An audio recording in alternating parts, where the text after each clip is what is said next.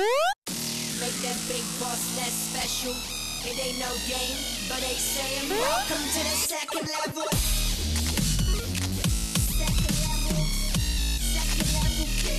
Second level. What's up, guys? Welcome back to the official Level 2 podcast, episode 22. Dos. It's been a while since we've been in your basement, Tom. For those of you who don't know, last podcast you saw was Tom and Jess, his wife, which means I wasn't here because I was doing stuff at work, which that's been now a month ago in real world. Yeah, I mean, crazy. we had the podcast scheduled with me and Jess to go out in the interim. And then we had our Wizard World last week. Yeah. So it's been like 3 weeks. And I'd say their sponsor, Wizard World, was actually kind of nice. First, from the video perspective, that was kind of cool with Kevin Conroy, Michael Rooker, Lauren Lester, Thousand Faces Cosplay, Controller Chaos. I want to always say Chaos Controller. I know that's wrong. The vlogs, like everything in general, seemed to be getting a pretty good response. And obviously, then the VR. Thank you guys from PSVR. Thank you guys who showed up for the VR. Like that. At one point, you're like, "Hey, this shit's taking off," and we're like, "Oh, damn!" It was weird because we posted that once to the PSVR forum, just telling them, "Hey, this is a thing we do in case you're interested in it." We take stories that are mostly from, and I said, like, if you think this is a shitty thing, don't ignore it, upvote it, or just ignore it, and and we got a really good reception from it, and then more importantly, the week after. That video did better than the one that we actually posted. And I was being the analytical guy this morning, I was looking at the stats and kind of seeing what happened there. And we got a hit for the search term Sony PlayStation VR. Really? Which, for us, is a big deal. We're a teeny tiny YouTube channel. The fact, like, you were going against the Sonys, the IGNs, the GameSpots, the Giant Bombs, like, all those people obviously have bigger audiences than us. Yeah. The fact that we hit that word for somebody somewhere, it's quite awesome. That's great. A little behind the scenes stuff, but... It wasn't Starblood the big one, though? That was the one that... Starblood, yeah. That hit a few times. So we have an app that kind of tells us what words rank where. Like, when you search, like, I can see this search term, you rank number 15 for it, which is really cool. So those of you who do YouTube and or put content on YouTube, look up, it's called TubeBuddy. They have a free version and a paid version. Paid version gets you a little bit more. Free version's pretty good. We got it because we're partnered with Fullscreen, right? No. Wasn't it part of their tools? I paid it separately. Oh, really? Yeah. Interesting. It's that Patreon money. I didn't know that. That's where some of it has gone. Oh, good. Is to that. There you go. Yeah, Tom doesn't know that. Thanks. So, but yeah, if you're doing content, it's really useful, mainly just for finding tags. I mean, it does other things as well. I mean, it does do a ton of other stuff, but the tag thing is kind of awesome because I struggle with tags. You do. In a big way. I love you, but you do. You've gotten way better, though, I have to say. Because I use it now. Yeah. But I never used to use it. It basically gives you a score of like how many people are searching and my the tags competition were for super it. lazy. Yeah, there's one, Keegan will fix it. Yeah, when I don't. I just put hashtag Keegan will fix it later, and he never does. So it's really useful for me, but the only difficulty that I have with it is I can only run it from Chrome. Yes. So I have to open Chrome and do all the tags. Which, to me, is good, because if I'm in Chrome, that means I'm working on level 2 stuff. Right. Like, it's weird, because I'm one of those people that, like, have to have that mindset of when I'm somewhere else, like, I have to have a space for things. So, like, I cannot... Compartmentalize. Yeah, I cannot, like... Streaming from my couch now is weird because I stream from my computer. When I'm on my computer streaming, I'm in streaming mode. Which, yes, it's me hanging out, but there obviously is you become hyperbolic. Is that the word? No, I like it. Hyperbolic. Hyperbolic. There we go. You come up more. You exaggerate a little bit more to bring out the expressions and all that kind of stuff. But that is me. You know me. That a lot of that is me. But you just bring a little bit more when you're doing it versus when I'm sitting on the couch playing games. Like I do yell, but maybe not as much. Yeah. Stuff like that. You're too comfortable. Yeah. This is, again, we talk about this a lot, but this podcast and this, really our whole channel is as much an ode to being a small YouTuber as it is a gaming channel. Yeah. Because Keegan's had several ventures in YouTube. I have not, so this is first time for me. I told you the other day I've had 12 YouTube channels. Yeah, which blew my mind over the course of my life. And some more successful than others. Trying not to throw up. Get some heartburn going on. Yeah, I just realized I don't have my bike over here too. Oh yeah, you have a drink. Yeah. Wait, did you bring it? I did, but it's over on your couch. Well, so before this, so by the way, two things. One, we have new lights, so we spent probably a good half an hour trying to set those. Them lights ain't easy. No, they are not easy to put together. We had a light go out last week. We've already had a light that was already an issue. We've been struggling with like two, barely with two. And then this week we're also, just heads up, we're recording the audio on the same recorder we did for Wizard World. So if there's any audio problems or anything weird, let us know. We're hoping that'll get rid of the buzz. That's our goal. Yeah, you guys may have noticed that with some of our previous videos, every once in a while you get like an electro noise, and is so it's something annoying. we've been trying to figure out for a long time and been unsuccessful. So Keegan had the bright idea of using the same piece of equipment that which was it called, a Tascam something? It's the Tascam GR44, I think. I don't know what officially. Anyway, it's an audio input, but it only has 2 inputs. Yes. And since usually these days it's only 2 people here, we can use it. If we have guests, we'll probably go back to the mixer. We're hoping to have a few people on here shortly. Some people we met at con, some people that are friends. Sarah, we've been talking. She's supposed to be on in March. It's now mid-April. Yeah, I mean, let's be honest. Things the con happens. pushed us back a little bit. But it was fun. Do you want to? It was great time. Normally we talk about what we did. Let's talk about the con. Let's talk about, because we did. Obviously, I still want to talk about what we did a little bit because I've done some cool things. Yeah, well, fine. Yeah. So 3 weeks, man. So for the con, day one was mainly celebrity interviews. So we Michael Rooker, Kevin Conroy, and Lauren Lester, who. Fun fact about Lauren Lester behind the scenes. We did not plan for that. That was, I literally told Tom, he was standing there, we were waiting for Kevin Conroy because we knew we were getting him. I felt shitty about it. Yeah. I mean, I'm going to be honest on the podcast here because when we were brought to the center area to kind of wait for Conroy, we were in the middle of this big like red carpet area and there is tables all around us that are full of celebrities, which is a weird feeling. And like James Gunn? Sean Gunn, James's brother, Yeah. and Michael Rooker, and there was some monkeys there, and there was all kinds of stuff going on, and felt a little out of place. Yeah, and it felt really weird to be in the middle of this carpet, and then you see we were just Lauren Lester from Robin, Nightwing, etc., and he's just chilling, he's just waiting for someone to talk to him. And Kevin, the way it's set up too is Kevin was on the outside, he was on the inside, so it's even weirder. You couldn't really see him that well, yeah. But obviously Kevin Conroy's the bigger draw being Batman. Yeah. But yeah, I felt bad too, and we were standing there. They're asking us to interview him as well. Yeah. Like the guy Jerry, and Jerry was awesome.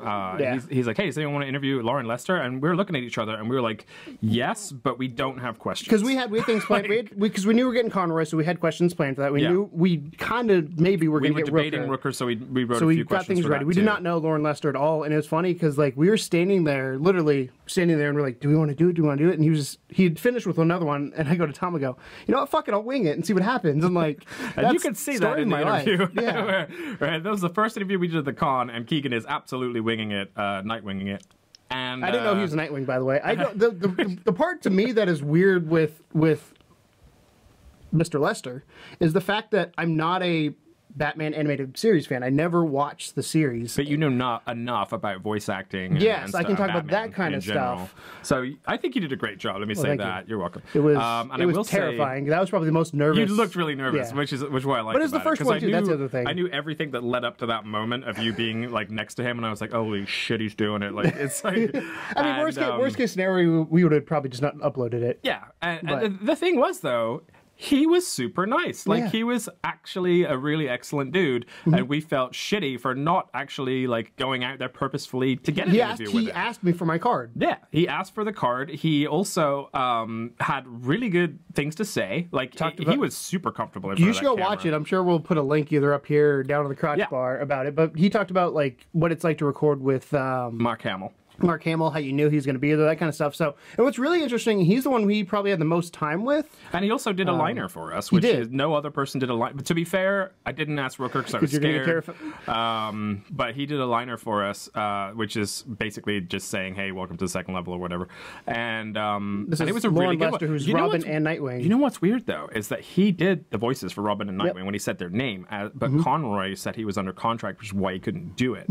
So I'm wondering... either Conroy's lying, Conroy's lying, or Lester don't give a fuck. So it's interesting. But also being Batman, there's probably more emphasis on it. Yeah. I mean, the thing about it was, and I was trying to yell it to you when he said that. I was trying to yell, just do it in Kevin Conroy voice. He doesn't have to do it in Batman voice. Which at that point I was like, eh. So the Conroy interview, let's talk about that. Conroy basically was, we were waiting because he was signing fans and we wanted to let them get through so it didn't pile up. We're not assholes. And they're hey, you got 5 minutes with them. And we were like, oh shit. And that's when, I think that was one of the few times during the weekend that you saw me turn from hey, I'm Keegan to let's get this shit done mode. I was like, boom, boom, boom. But when you're on camera, you have to understand who you're talking to. You have to understand kind of to feed off them. And I think we had good questions. And shout out to you for coming up knowing he was a theater person. Like, I didn't know that. Good old the internet's helped us. I did some research. Yeah. And his mom was really famous in Broadway. Yeah. Susan Conroy. One of the cool things he talked about was the difference between doing a game versus doing an animated series. And it was an interesting response that I didn't really think about. Like, it's one of those things where it's like, oh, yeah, you just go in and do the voice. But he said in the game, you have to do it. You have multiple different lines. You can do it different ways based on the outcomes and all this kind of stuff. To go watch it. This is a shameless plug. Go watch the interview. It was great. And I think the VR question was excellent. Yeah. It kind of threw me for a loop with this answer. That question, by the way. Yeah. But, yeah, you pulled it off really well, and you made him laugh, which was a fun moment. Dude, that screen cap of him laughing, it was great. Yeah. You want to talk about Mr. Rooker? You want to talk about the whole sequence of events that happened up to that, and then we started recording, and then we get the interview. Okay. So, the Michael Rooker story. We are done with Conroy and Lester, and we're talking to Jerry, and we're going, hey, Jerry, can we get Michael Rooker? And he's like, maybe, I don't know, I'll have to see. He's so he goes over there, goes to talk to him, and he says, if you can get like a gap between his time, then you can jump in and interview him. He's okay with it. We're like, cool. So we go over to the area. And we're scouting the area. We have the camera set up ready to go, and we're kind of waiting. It's one of those things you don't want them to wait when they're ready. Right, exactly. You want to be in and out, and be as least of an invasion on their day as possible. Yes. Because they're doing us a favor. And obviously, Michael Rooker, big famous guy, Walking Dead, Guardians of the Galaxy. Famous there's a lot of people there, and he is also a fucking psycho, like in the nicest. It was his birthday way. That weekend, by the way. Oh, was it? Yeah. He was like, because they showed a clip of the panel. It was his birthday. I didn't realize that. But he was running around stabbing people with plastic swords and just like his coworkers and stuff. It was fucking insane. And they basically said, like, in not so many words, that he does whatever he wants to. Mm-hmm. So you're lucky if you can manage to pin him down enough to get an interview. Mm-hmm. So we're like, all right. So we're waiting and waiting and waiting and waiting. And he went to a signing or something. Yeah. So in the middle, we literally turned it back for 2 seconds and he's gone. We're just like, where the fuck did Michael go?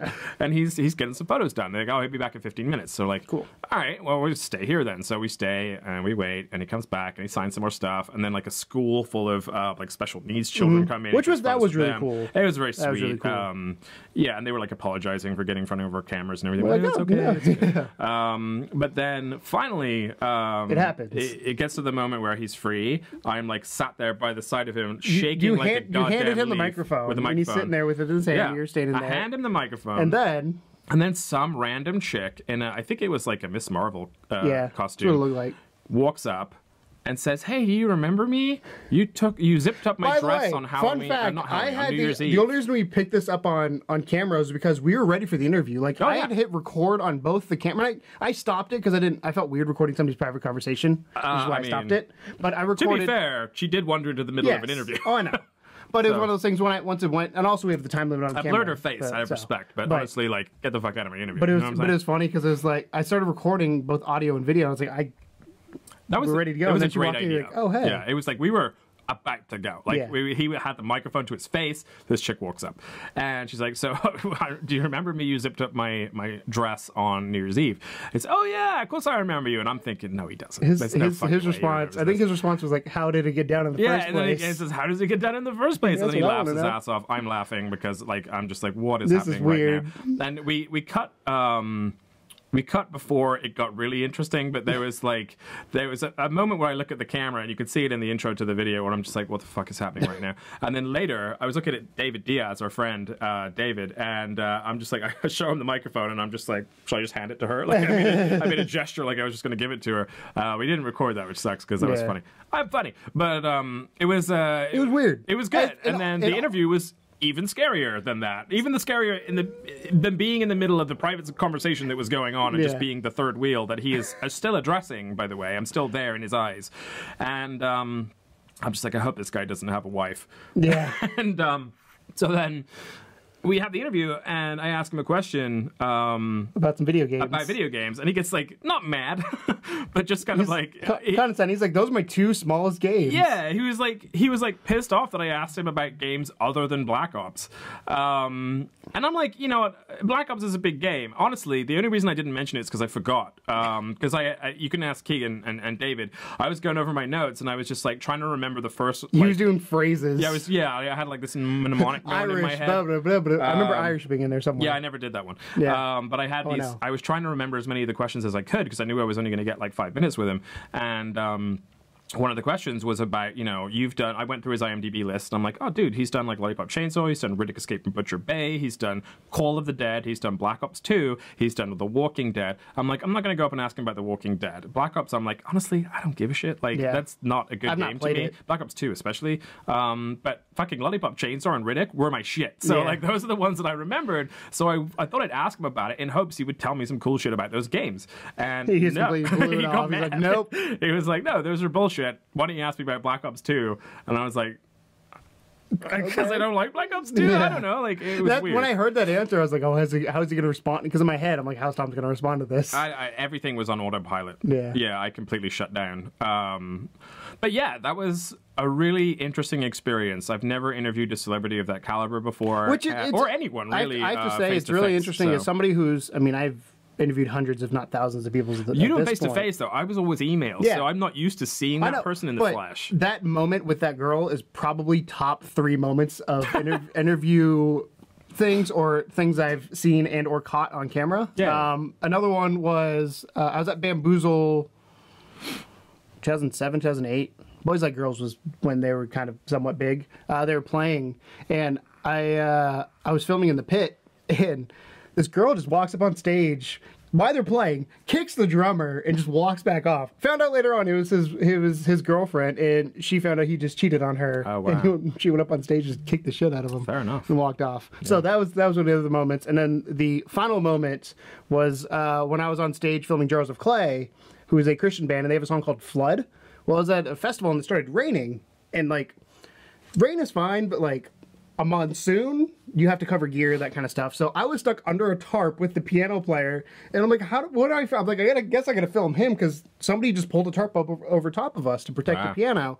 So I'm sitting under this tarp, we're talking while he's playing because nobody can see us. And I was like, this is really weird.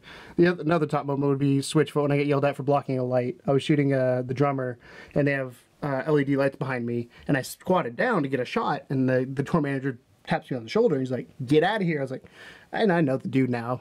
He was just like, I didn't know who you were at the time. But it's funny because he was like, you need to get out of here. You don't belong here. And I was like, whoa, I'm trying to get my shot. He's doing his job too, so. Yikes. But yeah. So interviews. They were interesting. I actually enjoyed, I got more comfortable when we started doing the artist interviews and stuff. Like, the floor interviews were a little weird because, honestly, we didn't really have a game plan for that. And so, like, again, for the cosplayers and stuff, wing it.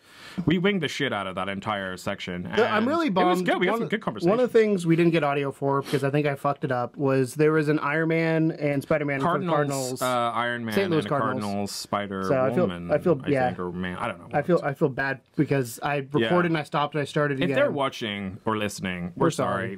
We honestly got the video and we kept a little bit of the video in one of the vlogs, but we lost the audio. So I mean, when you lose it, there's nothing you can really do about it. Because the camera audio. It's impossible to hear with the on-camera audio with all the noise going on. But we met. I mean, I think my favorite one of the weekend was the Overwatch characters. They were cool. Partially because I got into it, and partially because you could tell when I don't know if you saw it when we were talking, but when I talked about Tracer coming out, the one who was dressed up as Kree got excited, and I don't want to speculate. I believe they're a couple. I'm not sure. Well, if they're not a couple, at least the one lady seemed to be gay, but just because she was so excited about it. Yeah, it was really interesting. Then we talked about Sombra coming out, and Overwatch you don't play, but I'm into that series, so I knew a little bit more of the backstory, which is kind of fun. Versus like, I just enjoyed the costumes. Cosplay. I also called Leela Layla. Yeah. So screwed that one up. That was funny.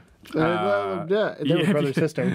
Yeah, that was cool. There's a lot of cool people. 1,000 Faces. As far as the Overwatch one goes, they showed up in pretty much every major piece of like Wizard World promotional material afterwards. Which is did I tell you my buddy I was looking for was actually there somewhere? Christian. Oh yeah. He posted photos later on. I was like, I was looking for you all weekend. Where the hell were you? He's like, I was ninjaing. I was like, I could tell. So it was good. I would like to do more cosplayers next time. We didn't get as many as I would have liked. The last day we were kind of just beat up at that point. Well, they're also the other thing is games, Sunday. There's not a whole lot. No, Saturday is definitely the explosion of cosplayers. Beetlejuice would have been cool. He was walking around. I still wanted to get the Gene Simmons. There's a full-on Gene Simmons. Oh yeah. Which fun fact? So he's in the background of one of our interviews. He is. Yeah. So on Sunday, I I'd made a comment, not on camera or anything, that Gene Simmons booked it pretty quickly. Turns out he's going to the Chuck Berry funeral. Oh, so interesting. I feel bad for my comment of like, oh, look, he got paid, now he's gone. And I was like, I don't feel like an asshole. Yeah. So sorry, Gene. Not really, because you are an asshole. But I've had the opportunity to meet him. He played a gig, didn't he, times. at the pageant or something like that afterwards. Yeah. So, but anyways, that's Comic-Con or Wizard World, whatever the hell it's called in a nutshell. It's taken you a really long time to try and get a handle on this. I call it. It's technically called like 17 different things. It's technically called Wizard World St. Louis is the official name, but it's also been called Wizard World Comic-Con St. Louis. It's also been Comic-Con St. Louis. It's also been called WizCon by you. WizCon is the endearing term for it. Yeah, but it's not. I mean, it's, you know. The official hashtag is Wizard World. 2017. I prefer WizCon because it's easier to say. Yeah. But yeah, I mean, it does have a if you watch any of our videos, like you said, every single time you're just like, I don't know what to call it. We're in an arena. It was a good time. Another fun thing, going back to the Lauren Lester interview, he talked, because we're in the old Ram Stadium. We're at Edward Jones, the America Center, which is connected to Edward Jones Dome, which is where the Rams used to play. St. Louis. Yeah.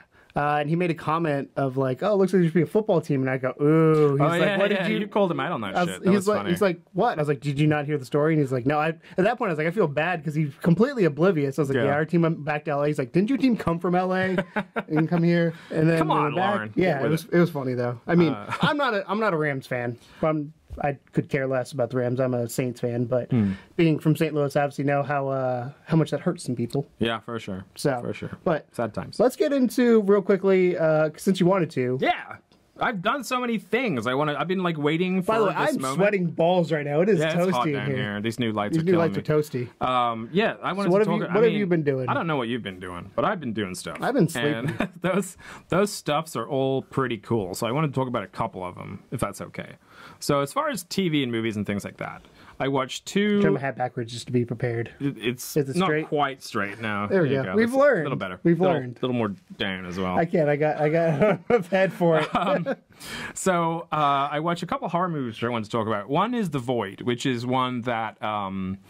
So The Void, when I saw the trailer for it, looked like a Lovecraftian, just creepy tentacles and cults and things like that style movie with a John Carpenter twist. I know. I'm just gonna say that now. And it was like a amateur movie. So not amateur, but like, you know, it was not really funded as well as it could have been. You call it indie? It might have even been a Kickstarter. I'm not sure. Was it indie? Assume it's indie. I mean, I guess in a sense, the special effects are not bad. Like the monster effects are great. Well, like a lot of it is an great. Independent means it doesn't have a producer. I'm not sure. I'm not sure whether officially if it is or Yeah. an indie or not, but it feels like an indie movie with really, really good special effects. The downside to it, and this is for anyone that's into this type of stuff, was that the acting was so fucking bad. And it made me a little annoyed because I'd been looking forward to this movie for so long. Like, I'd been chatting to the guys on their Facebook page a little bit. They responded to pretty much everyone. They were super engaged. The marketing was really well done. And it had every kind of element that I could have asked for in it. And then I got real bummed out because the acting was shitty.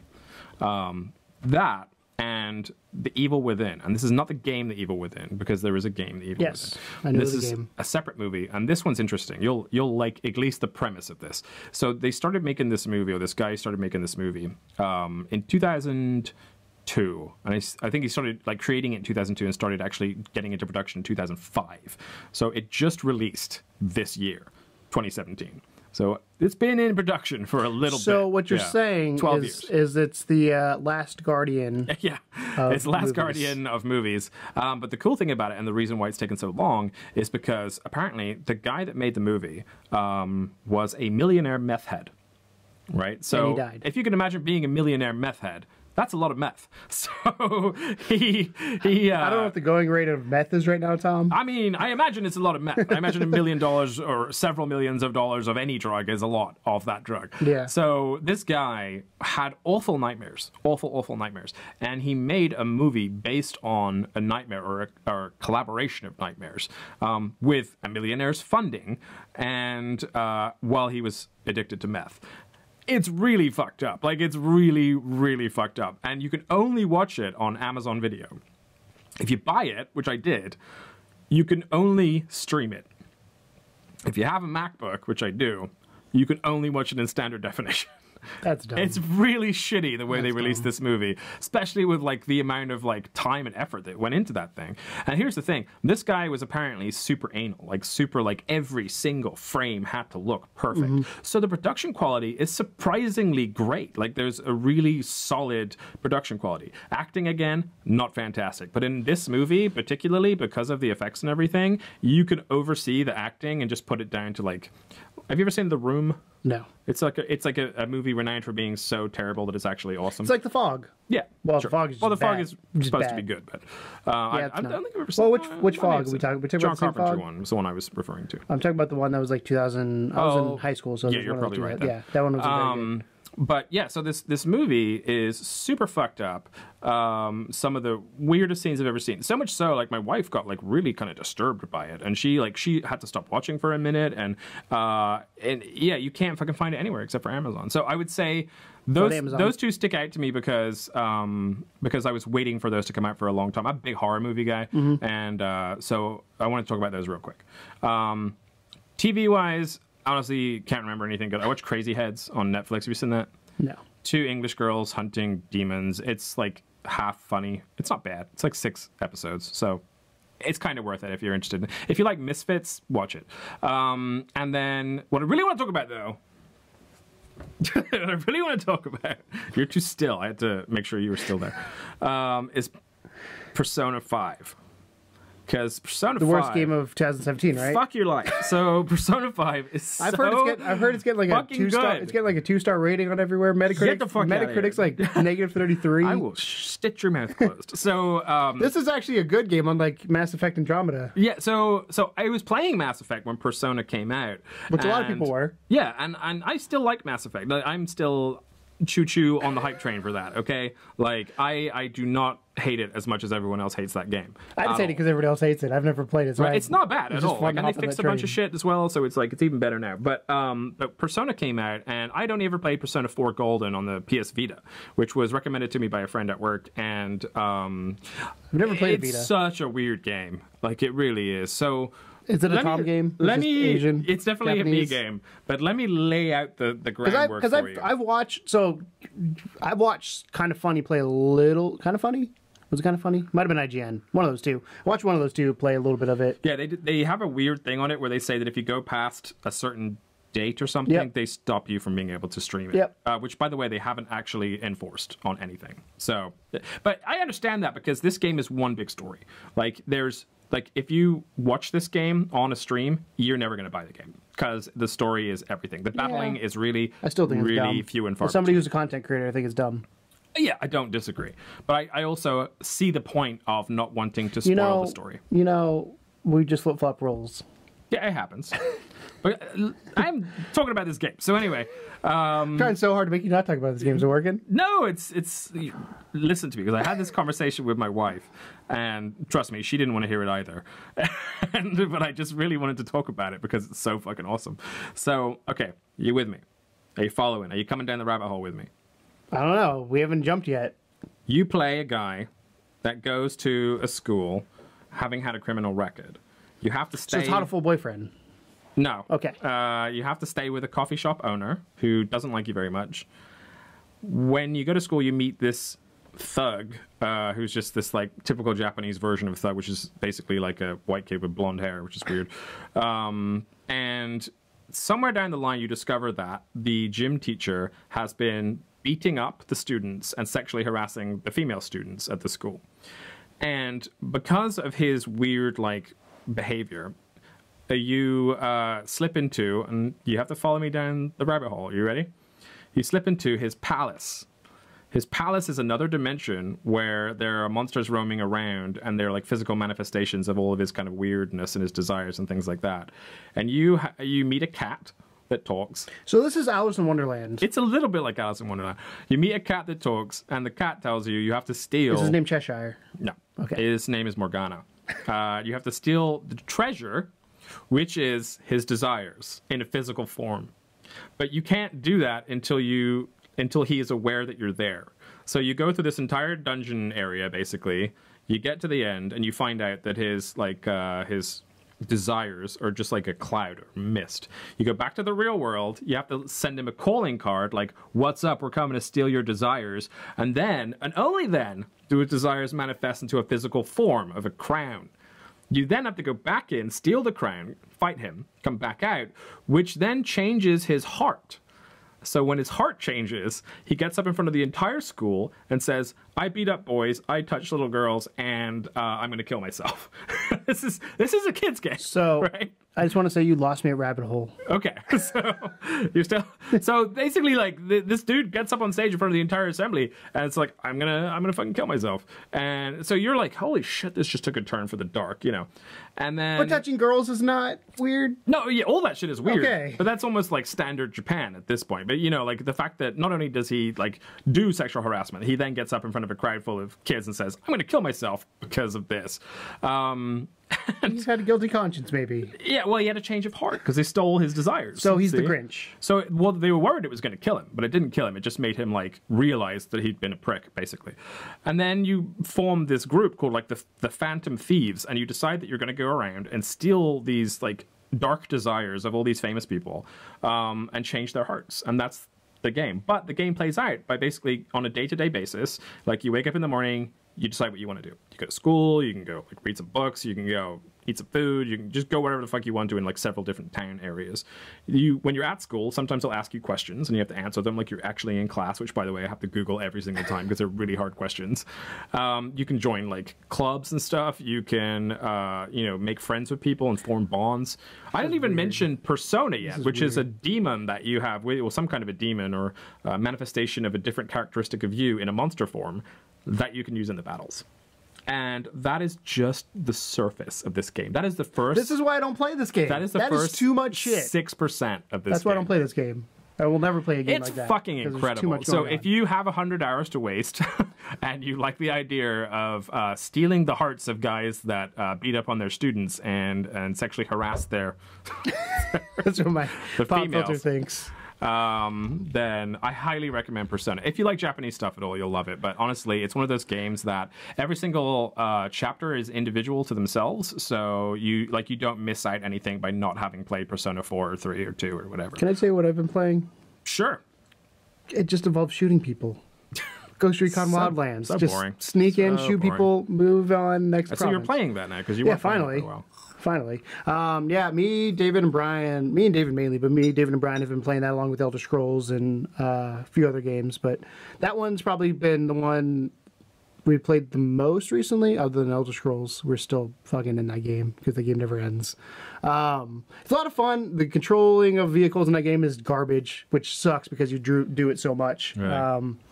It is fun, though, when I'm flying an airplane and I go, okay, guys, jump! And I push square to get out, and they're like, oh, last night we did it. And Brian goes, I couldn't push my parachute in time. He dies, he hits the ground. I was like, David now knows to always have his hand on the exit button. Well, it's good that you're having fun with it, because I remember that for like a little while there, you were uncertain as to like how it was going to be. With friends, it's a lot more fun. Yeah, I can picture that. What does it play like? Does it play like a typical Tom Clancy game, or does it play more like Mercenaries or Just Cause? I would say more Tom Clancy. The thing I like about it is two things. The gameplay loop is very, very much try and sneak in, but your cover's gonna be blown at some point and you'll get fucked unless you're lucky. Then you go in guns blazing and hope you survive. But one of the things we did the other day, which I really liked, me and David, we were talking about it because we just were going around doing just story mission after story mission after story mission, is you will get into it's always infiltrate something into a base, a mine, whatever it may be. And the mine one is really cool. Me and David went like all the way into this mine and we're like, whoa, we didn't expect this to be here. Whoa, dude. Didn't expect that to be here. There's coal here. But like, is that a diamond? Yeah. Sorry. But like, it's one of those things where you go in and like you'll die. We have died many times in that game, but you learn from your mistakes of like, okay, I didn't see that person there. There's a lot of trial and error. Yeah, but it's not impossible type thing. And that's one of the things I like is like there's been times where we've done a mission 3, 4, 5 times and we're so damn close. The problem that sucks is when they call reinforcements, they just keep fucking coming. They don't end. I have an issue with that. At some point they should just like, okay, no more like, reinforcements. Give me, or at least give me a chance to get out because it's like you're gonna die. And then at that point, you can't restart the mission because there's so many reinforcements in the area that you don't want to go back in. So you got to go do something else, come back. But I like it because it is not impossible to do. It's a challenge. It's not insurmountable. And we now have gotten to the point where I've upgraded like my drone and all that enough that you can mark people. We both have the best. Me, David, and Brian all have the best sniper in the game now. Like nice. Done. So yeah, I've been playing a lot of Ghost Recon. So thumbs up. If you have friends. Thumbs up for friends. Yeah. Which is, I mean, as you know, that's how I play games. Yeah. If you have friends. James has been playing it by himself, and I mean, you have 4 AI companions, so I guess it's all right. And they kind of do stuff. They heal you, which is always good. That's useful. Yeah. Cool. So, been doing that. Overwatch has an update that we played last night. Yeah, how was that? It's fun. The problem I have with Overwatch is the problem most people have with Overwatch is the drops during an event should be guaranteed a drop from the event, and I've yet to get something from the event. Really? So that pisses me off. Me and David won 7 or 8 matches last night, and nothing from the event. The only skin I got was the one I bought with my gold or currency, or whatever. Is that a bug, or is that just they're rare? That's just the way it is. So I mean, it encouraged you to stick to it. Yeah, but at some point, you got to the point where like I'm not getting anything. I'm gonna go play something else. Like I came to play this game to get something from the event, whether it's. Even if it's a character, the drop rate should be higher. Yeah, even if it's a character I don't play, at least I know I'm getting something from the event. Versus now I'm just like, we gave up last night and switched to Ghost Recon. So, game I've not been playing, and this will transition to our topic. Sure. That we're going to talk about, the bonus level. Fucking For Honor. Not touched that game in like a month. Probably longer. You know why? It's broken. You know what I did to that game? I pre-ordered it. I thought you were going to say I broke it. No. It's broken. I pre-ordered it. I broke it. We're going to talk about, our topic is basically pre-orders. The good, the bad, the ugly that goes involved with it. And like For Honor, let's be honest, a lot of people pre-order games for multiple reasons. Remember when we weren't going to do that, guys?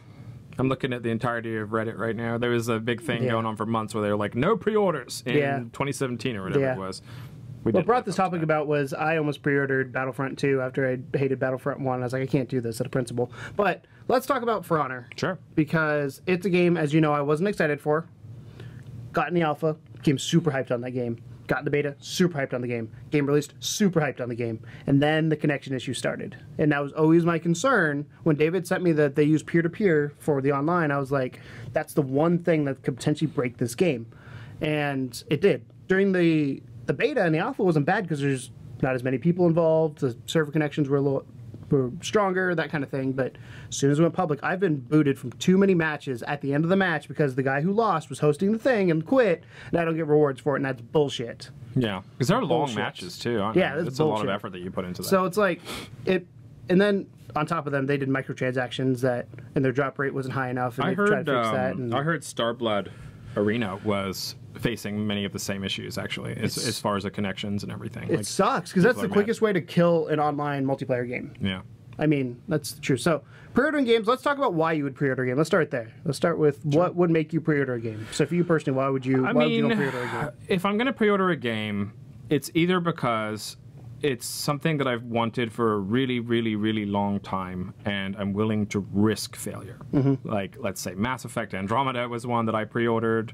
Final Fantasy 15 was one that I pre-ordered. These are games that have been like they establish goodwill with me, with the previous generations. Somewhat decent. So I'm like, okay, even if this is not the best in this series, I probably still want to get it day one. Now, I will say this: when I pre-order, if I'm going to pre-order, it usually is physical, not digital. Lately, since I've had the upgrade in the hardware, I've been able to do digital more. But normally I pre-order games because I want to get the physical release of it, and I'm worried that they won't have the physical release in stock. Which is why you used to pre-order a game back in the day. Right, exactly. You would pre-order because you didn't want to not be able to get the damn game. Like, you would look at a game like GTA, and if you didn't pre-order GTA, you would not get GTA on release day. It was that simple. Now, with the digital market the way that it is, and so many people embracing it, it's not really a thing. There are a million people that would much rather get the digital version than not get it at all. I'm digital. Yeah, and there's a lot of people now, especially with the fact that they've opened up to expanded storage, that will happily get the digital. Like I would, I really like having digital now.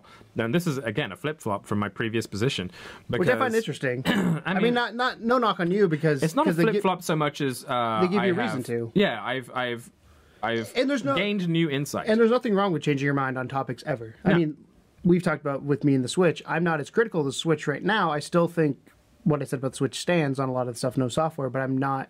I think Nintendo Switch is going to be somewhat successful based on the numbers that have come out so far. Okay. That's a different topic, though. I still am heavily on the fence with the Switch. Yeah. But, again, another topic. I mean, I still am.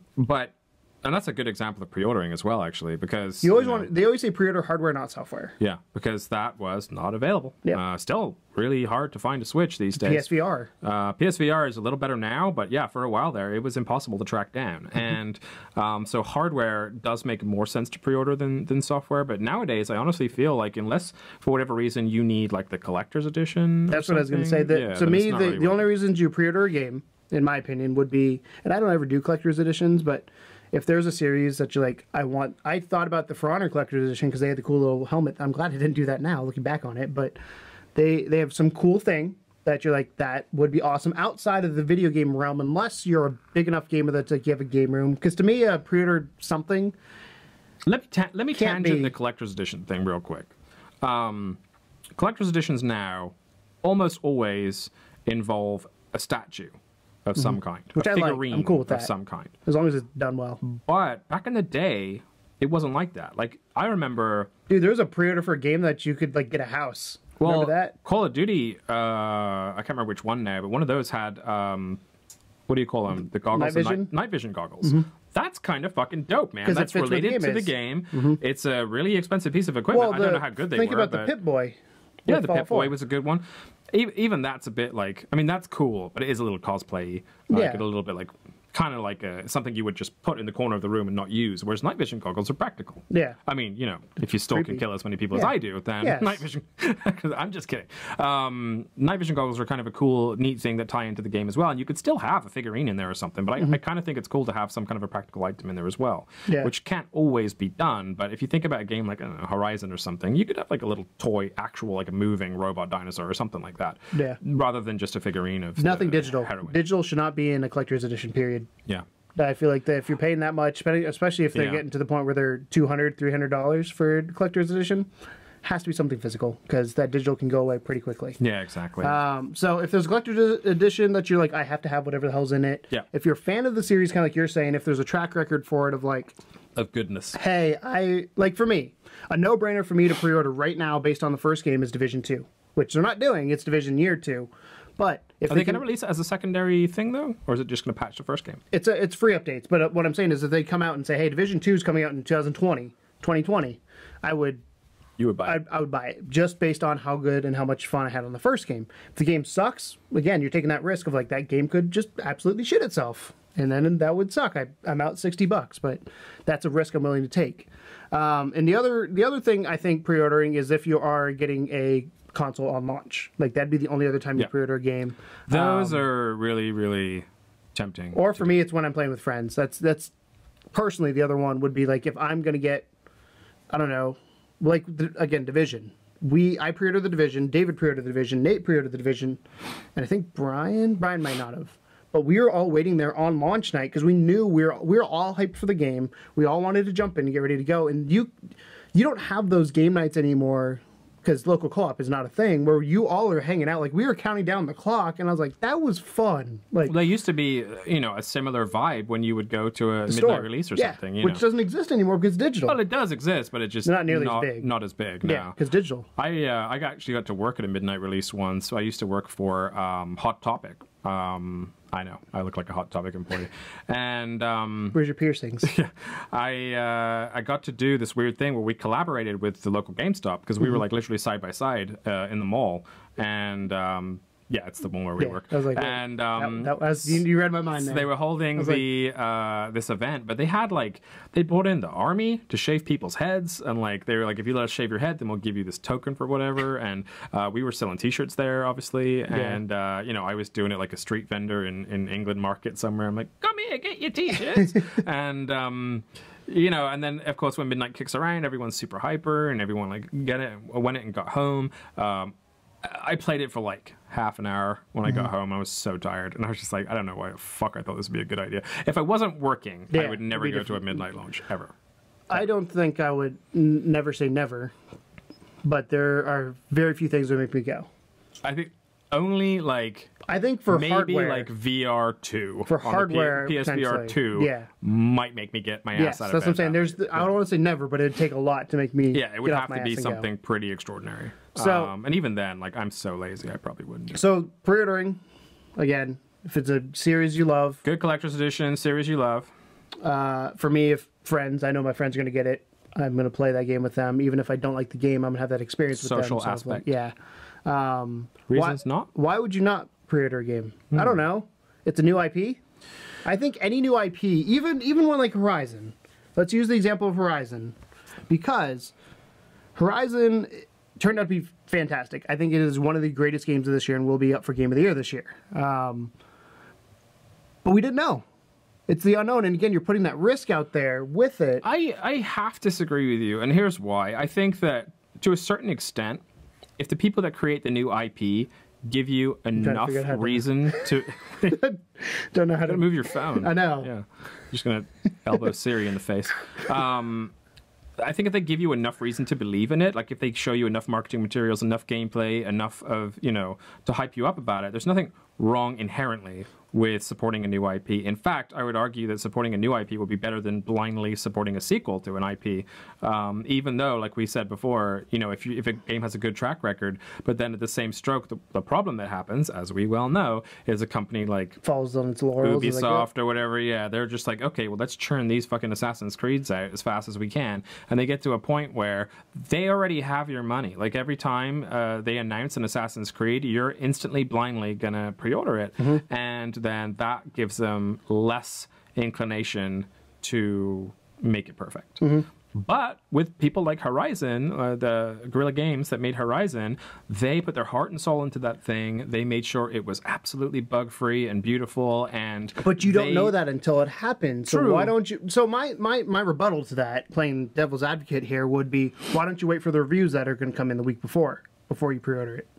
I mean, like I said, that way you know a little bit more about how far on the hype train you are. Like if they have supplied me with enough material, because we talk about materials, like we talked about trailers quite a lot, and this morning we saw some fucking shocking trailers when we were. You did. Well, I was on PlayStation. You were doing whatever you were doing, but I saw two very particularly terrible trailers this morning for two different games, and one of them was like obviously made in iMovie Trailer Maker, which was just a joke. That was the trailer they used, and it made me mad that that's what you're going to go with to showcase your game. You put all this time and energy and effort into this game, and you're not going to show us any gameplay. You're not going to show us like any story element. You're not going to give us any bullet points of information. You're just going to have clips of a dude riding a horse or whatever, over and over again.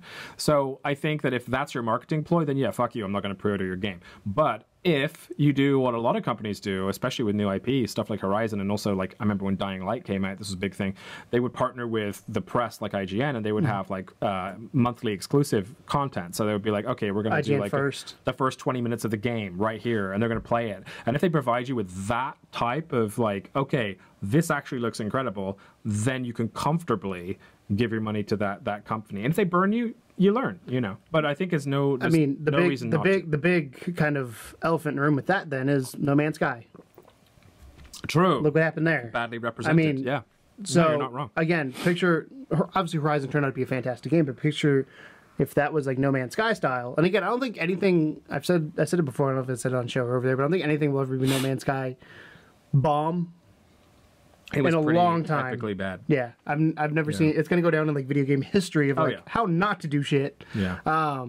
But picture Horizon again. It's just you don't know for sure until you see. Which is fair. But even with that reviews, game was misrepresented to the point where I think we could have sued Sony, honestly, for false advertising. But even with reviews, sometimes you have to take a person on the personal bias. Yeah, for sure, and that's the same for anyone though. Yeah. You whenever you're reading a review, I mean, even us, when we don't really review anymore, but when we're talking about a game while we're playing it, you have to remember for a lot of this, it's our first time playing the game.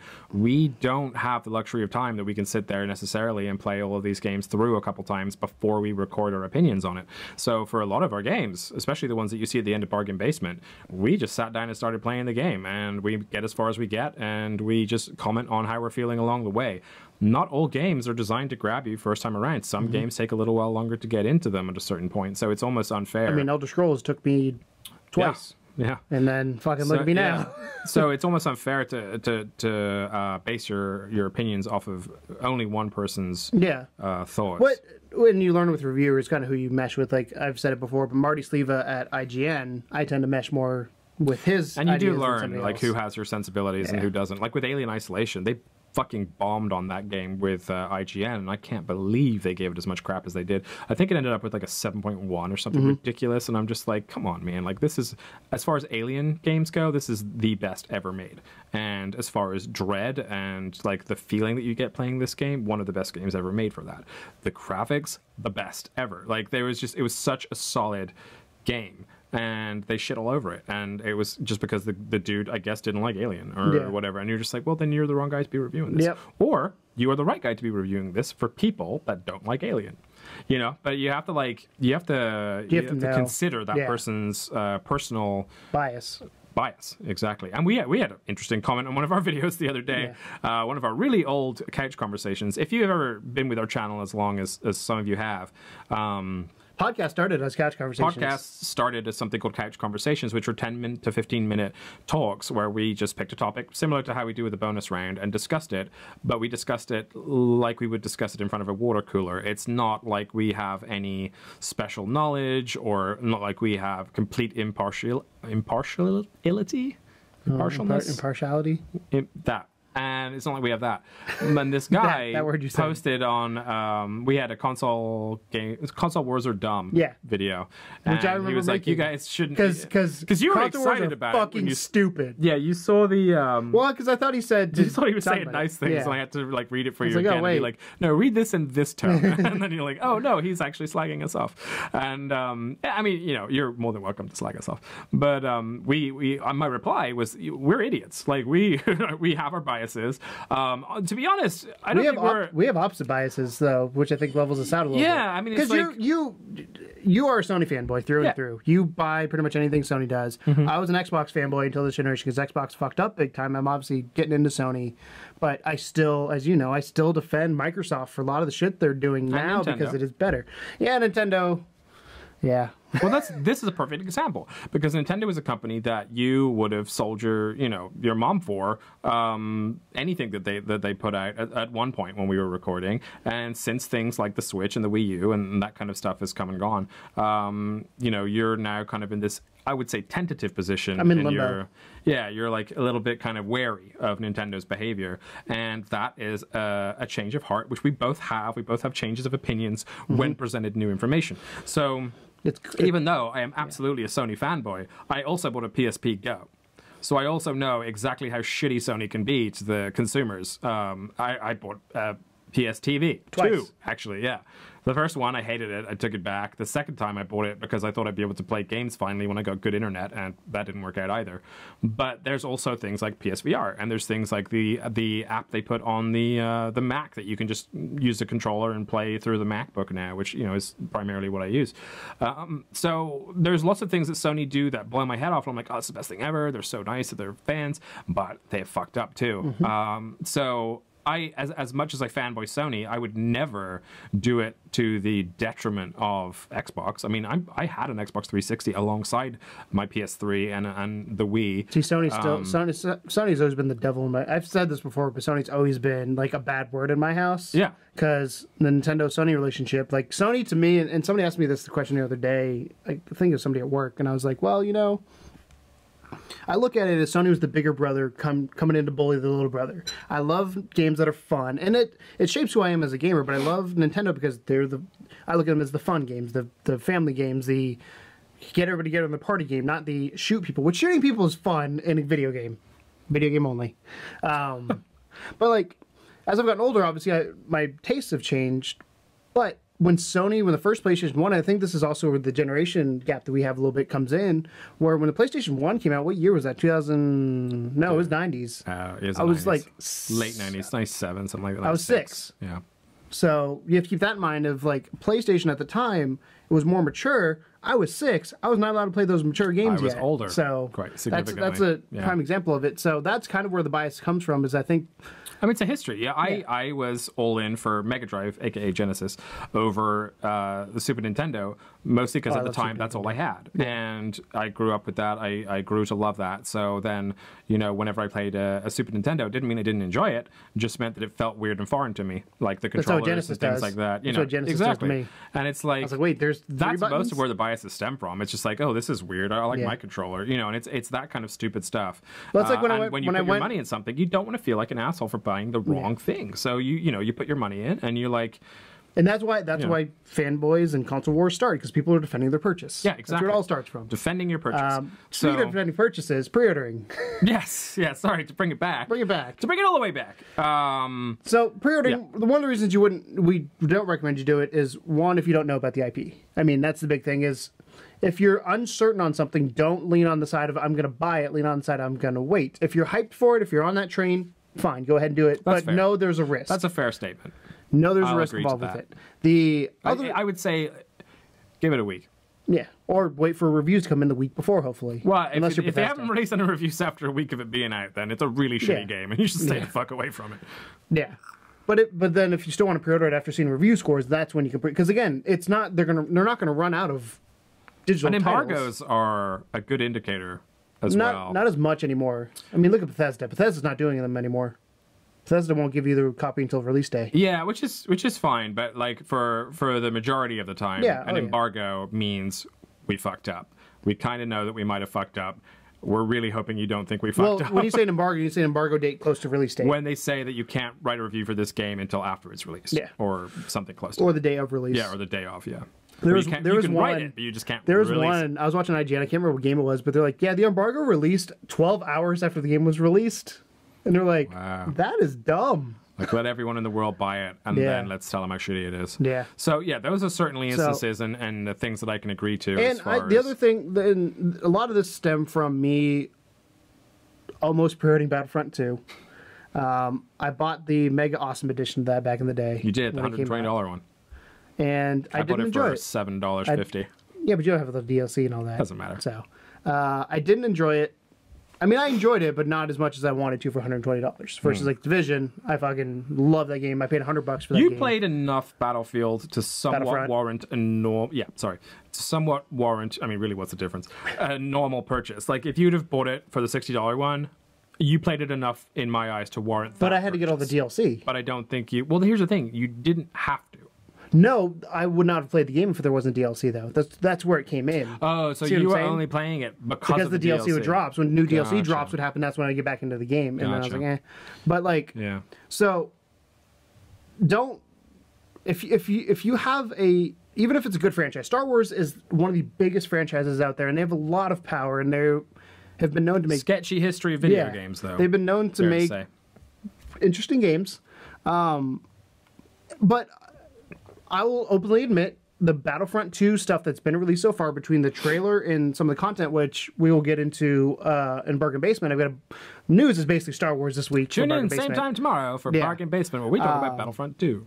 But some of the stuff they've released, I'm excited about, and some of that I'm going to first single player campaign. No season pass, like stuff like that. I'm like, okay, you're changing what you did before, but what's the catch? There's a catch somewhere, because I don't know if you remember when that game came out, I defended the shit out of the game because I was like, oh, it's because it's a pretty looking game. It is the prettiest game I think I've seen in a long time, and I was like, oh, this looks fantastic. Like it feels like Star Wars, but that feeling wore off pretty quickly, and you're just like, well, and I changed my tone on it because I had more information, I had more time to assess what was going on. It's like, I literally bought it just for the VR mission. Yeah. Yeah. I wouldn't have bought that game otherwise. And here's the thing. I played it. I love Star Wars, though, with a passion. I love Star Wars as well. Don't get me wrong. Rogue One, best Star Wars movie ever. Fight me. So I love Star Wars a lot. Episode 1, best Star Wars. Actually, Episode 2, best Star Wars movie ever. And, fight me. Not really. It's the worst. Please don't fight me. I don't know, man. Like there was something about it playing it that it felt like Battlefield, which I've never gone played. wrong.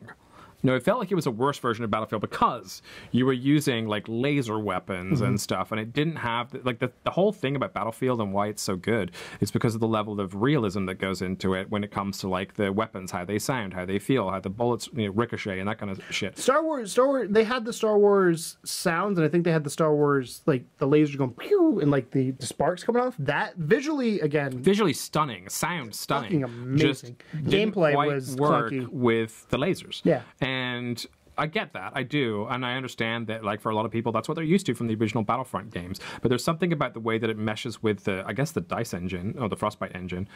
Which now they have more time in that, so yeah, that it just didn't quite feel right. So I think if they can get the gunplay better and get the flow of matches better, the heroes and thing, leveling up and owning. Like.